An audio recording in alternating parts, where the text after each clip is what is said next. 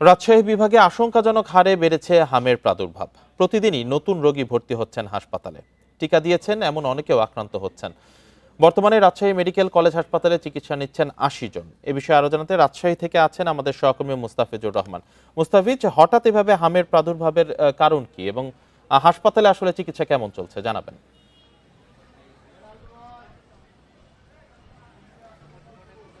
দেখুন, রাজশাহী বিভাগের অর্থাৎ স্বাস্থ্য অধিদপ্তর যে তথ্য বলছে, রাজশাহী বিভাগে এখন পর্যন্ত চলতি মাসে হামরোগে শনাক্ত হয়েছেন ৩৪২ জন। এর মধ্যে সর্বোচ্চ সংখ্যা রয়েছে পাবনা জেলায়, সেখানে ৯৯ জন, এরপরে চাঁপাইনবাবগঞ্জ এবং এরপর রাজশাহীতে ৩৩ জন।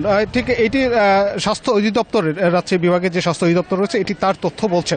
আর অপরদিকে আমরা যদি বলি যে রাজশাহী মেডিকেল কলেজ হাসপাতালের চিত্র, রাজশাহী মেডিকেল কলেজ হাসপাতালে এই পর্যন্ত চিকিৎসা নিয়েছেন, হামরোগে আক্রান্ত হয়ে চিকিৎসা নিয়েছেন ২৬০ জন এবং বর্তমানে চিকিৎসাধীন রয়েছেন ৮০ জন। এবং এখানে হামরোগে আক্রান্ত হয়ে বিশেষ করে শিশুরাই বেশি আক্রান্ত হচ্ছে এবং শিশুদের এই যে প্রাদুর্ভাবটি সবচেয়ে বেশি শিশুদের ক্ষেত্রে দেখা গেছে। কারণ আমাদের এইখানে অর্থাৎ বাংলাদেশে হামরোগের টিকা এটি ৯ মাস বাচ্চাদের, ৯ মাস বয়সী বাচ্চাদেরকে এই টিকাটি দেওয়া হয়ে থাকে। কিন্তু আমরা দেখেছি যে রাজশাহী মেডিকেল কলেজ হাসপাতালে যে এই সমস্ত শিশুরা চিকিৎসা নিচ্ছেন তাদের ঠিক তা বয়স ৫ থেকে ৬ মাস, সর্বোচ্চ ৮ মাস বয়সী বাচ্চা, তারাই বেশি আক্রান্ত হয়েছেন। এবং সেই সাথে বেশ কিছু শিশু আমরা দেখেছি যাদের বাবা মা বলছিলেন যে তারা হামের টিকা নিয়েছেন কিন্তু তারপরও তাদের বাচ্চার শরীরে র্যাশ দেখা দিয়েছে এবং তারা হাম রোগে আক্রান্ত হয়েছেন এবং হাম থেকে তারা নিউমোনিয়া পর্যায়ে গেছে, তাদের শ্বাসকষ্ট হচ্ছে।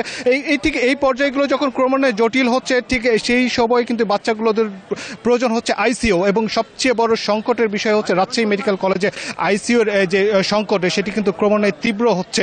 এবং একটি পরিসংখ্যান বলছে, চিকিৎসকদের একটি বরাত বলছে যে গেল মাসে হামরোগে আক্রান্ত হয়ে শিশু মারা যাওয়ার সংখ্যা হচ্ছে ২৭ জন। অর্থাৎ হামরোগে আক্রান্ত হয়ে আইসিইউ সাপোর্ট না পেয়ে মারা গেছেন প্রায় ২৭ জন শিশু। এবং গেল ৩ মাসে শিশু আইসিইউ যে সাপোর্ট সেটি না পেয়ে গেল ৩ মাসে মারা গেছেন এমন সংখ্যা হচ্ছে ৬২ জন শিশু। এবং এই সংখ্যা ক্রমেই কিন্তু বাড়ছে। এবং এর কারণ হিসেবে এখানে আমরা কথা বলেছিলাম যে আইসিইউ ইউনিটের যে প্রধান রয়েছেন ডক্টর মোস্তফা কামাল, তার সঙ্গে কথা হয়েছিল। তিনি যে বিষয়টি বলছেন যে সারা দেশের তুলনায় অর্থাৎ রাজশাহী বিভাগের এবং রাজশাহী বিভাগের আশেপাশে যে বিভাগগুলো রয়েছে, বিশেষ করে রংপুর সহ এই অঞ্চলগুলো থেকে ক্রিটিক্যাল যে রোগীগুলো, পেশেন্টগুলো আছে তাদেরকে রাজশাহী মেডিকেল কলেজ হাসপাতালে রেফার করা হয়ে যায় এবং তারা অত্যন্ত মুমূর্ষু অবস্থায় থাকেন।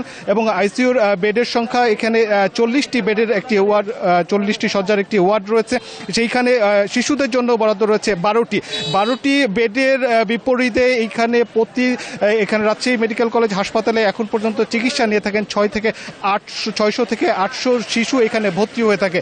এর মধ্যে 50-এর অধিক কিন্তু আইসিইউ সাপোর্ট দরকার, এই ধরনের মুমূর্ষু রোগী থাকে। ঠিক এদের মধ্যে থেকে জরুরি ভিত্তিতে 12 জনকে পর্যায়ক্রমে নেওয়া হয়ে থাকে। এবং এখানে যে আইসিইউ ইনচার্জ রয়েছেন তিনি বলছিলেন যে যারা আইসিইউতে থাকে তারা অত্যন্ত ক্রিটিক্যাল পেশেন্ট থাকেন, এদের হয় ভালো হয়ে তাদেরকে ওয়ার্ডে রেফার করতে হয় অথবা তারা মারা গেলে এই বেডগুলো ফাঁকা হয়ে থাকে। এই কারণে তারা চাইলেই যে সবগুলোকে একসাথে এই যে আইসিইউ সাপোর্ট বা সেবা দেওয়া এটি তাদের পক্ষে সম্ভব হয়ে থাকে না। কেননা বেডের সংখ্যা অত্যন্ত কম, অর্থাৎ মাত্র 12টি বেডের বিপরীতে এখানে শিশুদের সেবা নিতে আসেন প্রায় 6 থেকে 800 জন। গড়ে প্রায় 700-র মতো এখানে প্রতিনিয়ত রোগী থেকে, বিশেষ করে শিশু। বড়দের বিষয়টি তো সেখানে রাজশাহী মেডিকেল কলেজে প্রায় ৩,০০০-এর মতো রোগী এখানে সেবা নিতে আসেন। এর জন্য বরাদ্দ থাকে মাত্র 28টি বেড এখানে আইসিইউ সাপোর্ট থাকে, এটি যারা প্রাপ্তবয়স্ক তাদের ক্ষেত্রে। ঠিক এই কারণে আমরা দেখছি যে রাজশাহী মেডিকেল কলেজ এখানে যে শিশু ওয়ার্ডের প্রধান রয়েছেন তার সঙ্গে আমাদের কথা হয়েছে। তিনি যে বিষয়টি বলছিলেন যে মূলত হামের প্রাদুর্ভাব বাড়ছে এবং এটি ফলে নিউমোনিয়া দেখা দিচ্ছে এবং নিউমোনিয়ার ফলে শ্বাসকষ্ট দেখা দিচ্ছে এবং শ্বাসকষ্টের ফলে মূলত প্রয়োজন হয়ে পড়ছে আইসিইউ এবং আইসিইউ সাপোর্ট না পাওয়ার ফলে ক্রমান্বয়ে কিন্তু রাজশাহী মেডিকেল কলেজ হাসপাতালে রোগীর যে মৃত্যুর সংখ্যা সেটি কিন্তু বাড়ছে। অপরদিকে স্বাস্থ্য অধিদপ্তর কিন্তু বলছেন যে তাদের টিকা কার্যক্রম অব্যাহত রয়েছে, তারা বিষয়টি নিয়ে কাজ করছেন। তো এই ছিল রাজশাহী মেডিকেল কলেজ হাসপাতাল থেকে হামরোগ নিয়ে সর্বশেষ। রাজশাহীতে হামের প্রাদুর্ভাবের বিষয়ে জানাচ্ছিলেন আমাদের সহকর্মী মুস্তাফিজুর রহমান।